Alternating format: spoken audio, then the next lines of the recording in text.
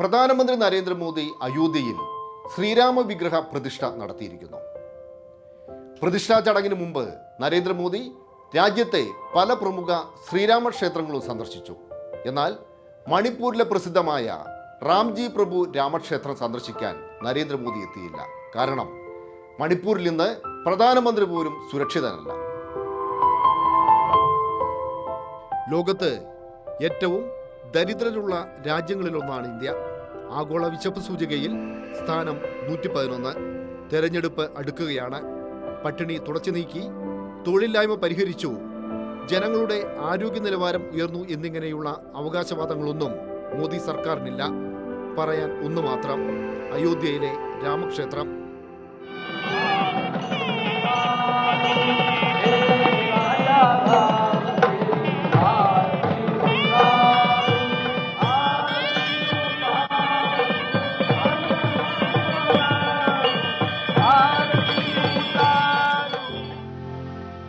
നിർമ്മാണം പകുതി പോലും പൂർത്തിയായിട്ടില്ല.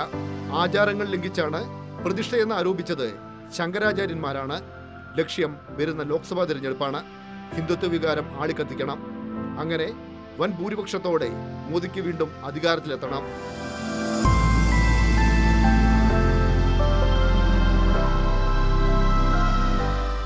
आज हमारे राम आ गए हैं। सदियों की प्रतीक्षा के बाद हमारे राम आ गए हैं. രാമരാഷ്ട്രീയം ഉത്തരേന്ത്യയിൽ മാത്രം പയറ്റിയാൽ ലക്ഷ്യം നേടാനാകില്ല. ലക്ഷ്യം നേടാനായി മോദി മറ്റ് സംസ്ഥാനങ്ങളിലും എത്തി. കേരളത്തിലെയും തമിഴ്നാട്ടിലെയും ആന്ധ്രാപ്രദേശിലെയും രാമക്ഷേത്രങ്ങൾ സന്ദർശിച്ചു.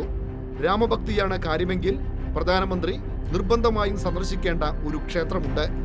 മണിപ്പൂർ ഇംഫാൽ ഈസ്റ്റിലെ റാംജി പ്രഭു ക്ഷേത്രം.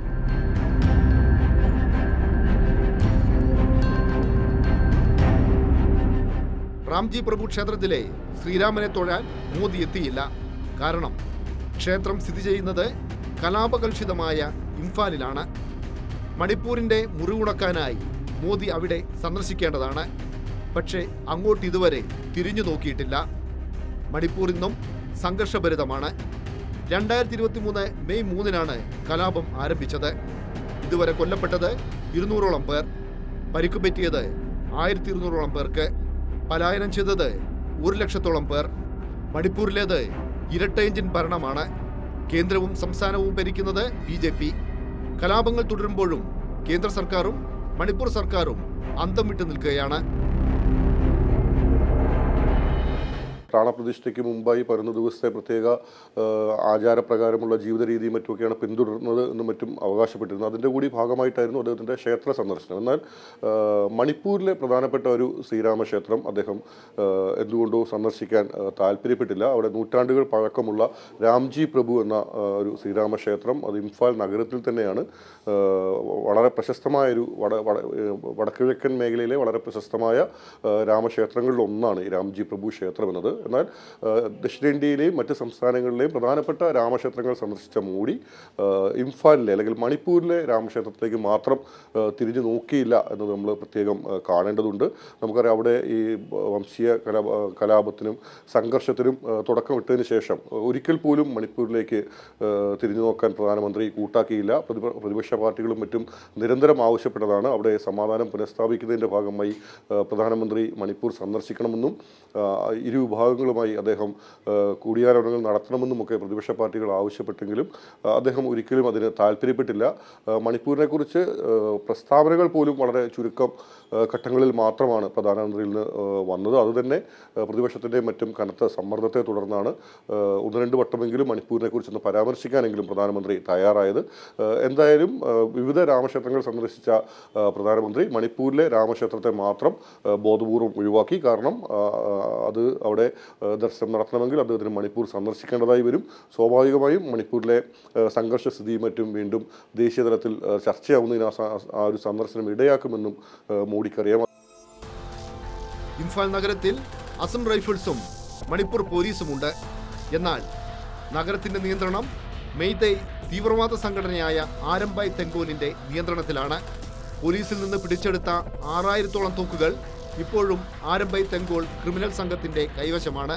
പോയവാരത്തിൽ ആരംബൈ തെങ്കോലി മണിപ്പൂരിലെ മെയ്തൈ വിഭാഗത്തിൽപ്പെട്ട MLA-മാരുടെ ഒരു സത്യപ്രതിജ്ഞാ ചടങ്ങ് സംഘടിപ്പിച്ചു. മണിപ്പൂരിന്റെ പ്രാദേശിക അഖണ്ഡതയ്ക്ക് ഒപ്പം നിൽക്കുമെന്ന് പ്രതിജ്ഞ ചൊല്ലിച്ചു. പ്രതിജ്ഞ ചൊല്ലിയത് 25 BJP MLA-മാർ.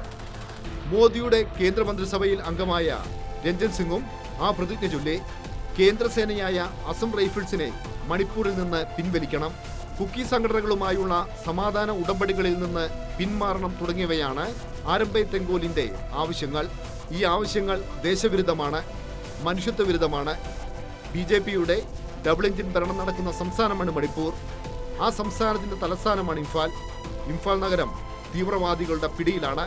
കശ്മീരിലും പഞ്ചാബിലും ഭീകരവാദം ഉച്ചസ്ഥായിലായിരുന്ന കാലത്ത് പോലും സ്ഥിതിഗതികൾ ഇത്ര വഷളായിരുന്നില്ല.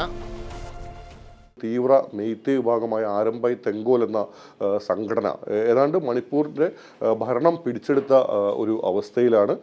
കഴിഞ്ഞ ജനുവരി 24-ന് മണിപ്പൂരിലെ മെയ്തേ വിഭാഗക്കാരായ MLA-മാരെ എല്ലാം തന്നെ ഇംഫാലിലെ കാംഗ്ല കോട്ടയിൽ എത്തിച്ച് മെയ്തേ ജനവിഭാഗത്തിൻ്റെ ആവശ്യങ്ങൾക്ക് വേണ്ടി നിലകൊള്ളുമെന്ന് പ്രതിജ്ഞ എടുപ്പിക്കുകയും ആ പ്രതിജ്ഞയിൽ ഒപ്പിടിവെക്കുകയും ചെയ്തത് നമ്മൾ കണ്ടതാണ്. അതായത് അവിടുത്തെ ഭരണ സംവിധാനം എന്നത് പൂർണ്ണമായും തകർന്നിരിക്കുന്നു. അവിടുത്തെ ക്രമസമാധാനം അടക്കം ഭരണ നിയന്ത്രണം പൂർണ്ണമായും ഈ ഒരു ആരംബൈ തെങ്കോൽ എന്ന തീവ്ര സംഘടന ഏറ്റെടുത്തിരിക്കുന്നുവെന്ന് വ്യക്തമാകുന്ന ഒരു കാഴ്ചയാണ് ഈ കാംഗ്ല കോട്ടയിൽ കണ്ടത്. മുഖ്യമന്ത്രി ബീരൻ സിംഗ് അടക്കം അവരുടെ ഉടമ്പടിയിൽ ഒപ്പുവെക്കുന്ന സ്ഥിതിയുണ്ടായി. പ്രതിപക്ഷ MLA-മാർ, കോൺഗ്രസിൻ്റെ PCC പ്രസിഡന്റ് അടക്കം ഉള്ള പ്രതിപക്ഷ MLA-മാർ ക്രൂരമായി കയ്യേറ്റത്തിന് വിധേയരാക്കപ്പെട്ടു. മെയ്തേ ആവശ്യങ്ങളോട് അവർ ചേർന്ന് നിൽക്കുന്നില്ല എന്ന് പറഞ്ഞുകൊണ്ടാണ് ഈ ആരംബൈ തെങ്കോലിൻ്റെ പ്രവർത്തകർ, സായുധ പ്രവർത്തകർ, തോക്കേന്ത്യ പ്രവർത്തകർ MLA-മാരെ അടക്കം മർദ്ദിക്കുന്ന സ്ഥിതിയുണ്ടായത്. ഈ ആരംബൈ തെങ്കോൽ എന്ന് പറയുന്ന ആ സംഘടന ഏതാണ്ട് 4 വർഷം മുമ്പ് മാത്രം മണിപ്പൂരിൽ പ്രവർത്തനം ആരംഭിച്ച ഒരു സംഘടനയാണ്. കൃത്യമായും മണിപ്പൂരിൽ BJP-ക്ക് അല്ലെങ്കിൽ സംഘപരിവാറിന് ഏത് കാലം മുതൽ സ്വാധീനമുണ്ടായോ ആ ഘട്ടം മുതലാണ് ഈ ഒരു തീവ്ര സംഘടനയുടെ പ്രവർത്തനം എന്നതും ശ്രദ്ധേയമാണ്. ആ തീവ്ര സംഘടനയ്ക്ക് എല്ലാ പിന്തുണയും നൽകുന്നത് മണിപ്പൂരിലെ നിലവിലെ രാജാവ് എന്ന് അവകാശപ്പെടുന്ന, നിലവിൽ അദ്ദേഹം BJP-യുടെ രാജ്യസഭാ അംഗമാണ്, ലിഷെംബ സനജോബ. അദ്ദേഹത്തിൻ്റെ മറ്റും നേതൃത്വത്തിലാണ് ഈ ഒരു സംഘടനയ്ക്ക് രൂപം നൽകുന്നതും ഇത്തരം തീവ്ര പ്രവർത്തനങ്ങളിൽ അവർ ഏർപ്പെടുന്നതും. മെയ് മാസത്തിൽ ആരംഭിച്ച മണിപ്പൂർ സംഘർഷം തുടക്കമിട്ടതും ഈ സംഘടനയാണ്. നരേന്ദ്രമോദി പ്രധാനമന്ത്രി കസേരയിൽ ഇരുന്ന് ഒരു പതിറ്റാണ്ടിനോട് അടുക്കുകയാണ്. മോദി ഭരണത്തിന്റെ പ്രതീകം അയോധ്യയിലെ രാമക്ഷേത്രമല്ല, മറിച്ച് മണിപ്പൂരിലെ ഈ കാഴ്ചകളാണ്.